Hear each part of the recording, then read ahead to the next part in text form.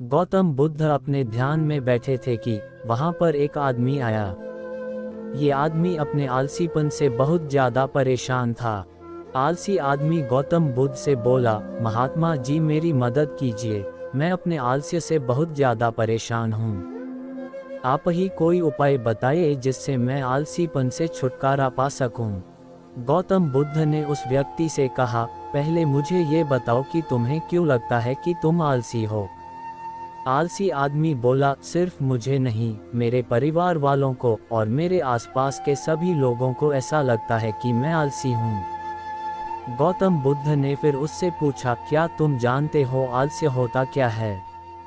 आलसी व्यक्ति बोला, नहीं मैं नहीं जानता, किंतु मैं इतना जरूर जानता हूँ कि आलस्य बहुत बुरी चीज है, इसकी वजह से मुझे बहुत नुकसान हुआ है जीवन में। गौतम बुद्ध बोले, जिस परेशानी से तुम छुटकारा पाना चाहते हो, पहले उसके बारे में पूरी जानकारी लोगे तो उससे छुटकारा पाना आसान हो जाएगा। आलसी व्यक्ति बोला, भगवान इतनी बुद्धि तो मुझ में नहीं है, आप ही मुझे इस समस्या के बारे में जानकारी दीजिए। गौतम बुद्ध बोले, आलस्य एक मानसिक अवस्था है, एक विचार है जिसे जाने अनजाने में हम खुद ही जन्म देते हैं। आलस्य दो मूलभूत कारणों की वजह से ही जन्म लेता है, एक है शारीरिक और दूसरा मानसिक। शारीरिक कारणों में पहला कारण है गलत तरह का भोजन।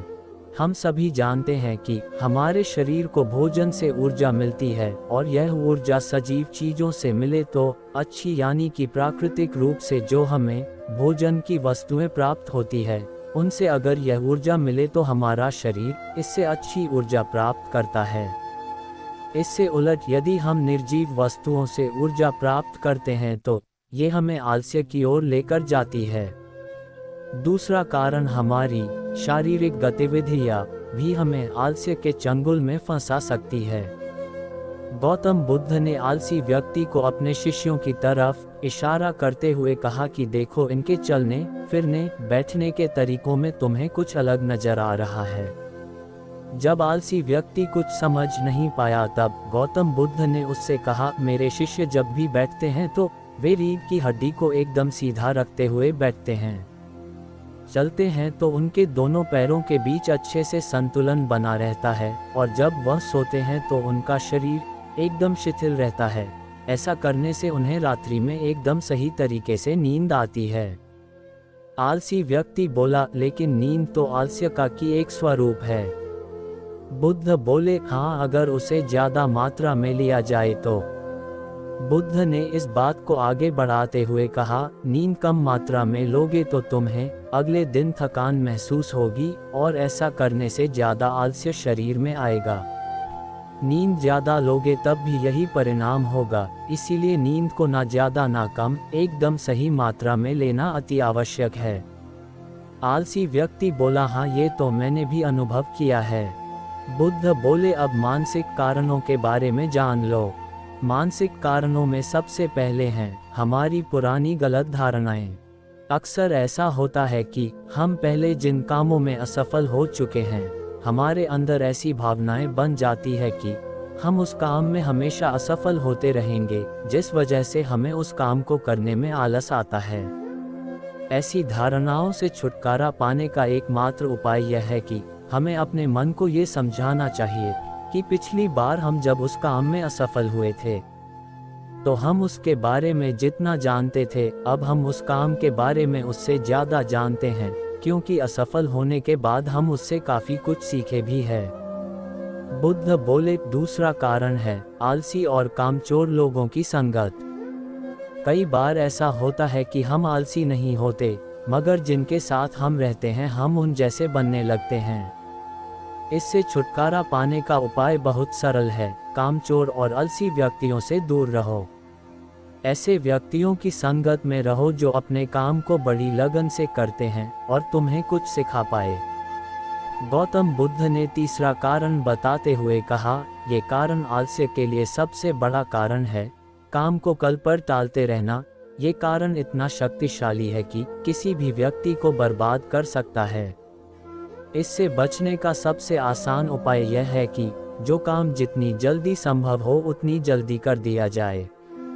गौतम बुद्ध ने आलसी व्यक्ति से एक सवाल पूछा, मान लो तुम किसी रेगिस्तान में फंस गए हो और तुम्हें प्यास लगी है तो तुम क्या करोगे?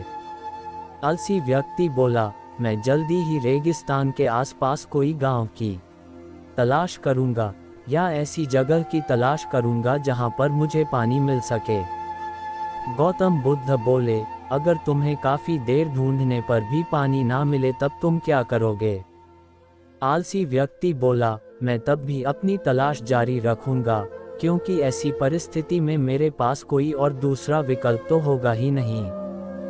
गौतम बुद्ध बोले, बिल्कुल सही, और यही है मानसिक स्तर पर आलस्य का चौथा कारण, किसी भी निश्चित लक्ष्य का ना होना, ये भी आलस की ओर लेकर जाता है।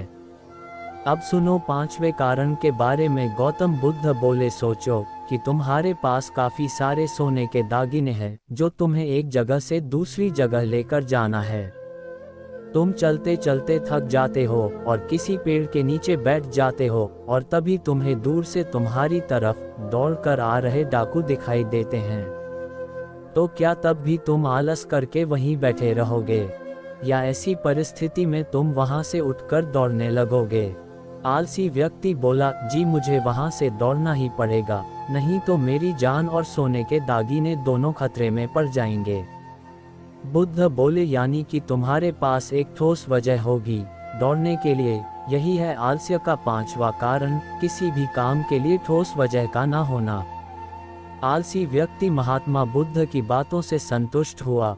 वह बोला, महात्मा जी, मैं अब आलस्य के बारे में सब कुछ जान चुका हूँ और अब मैं इन सभी कारणों पर काम करूँगा और अपने आलस्य को दूर भगा दूंगा।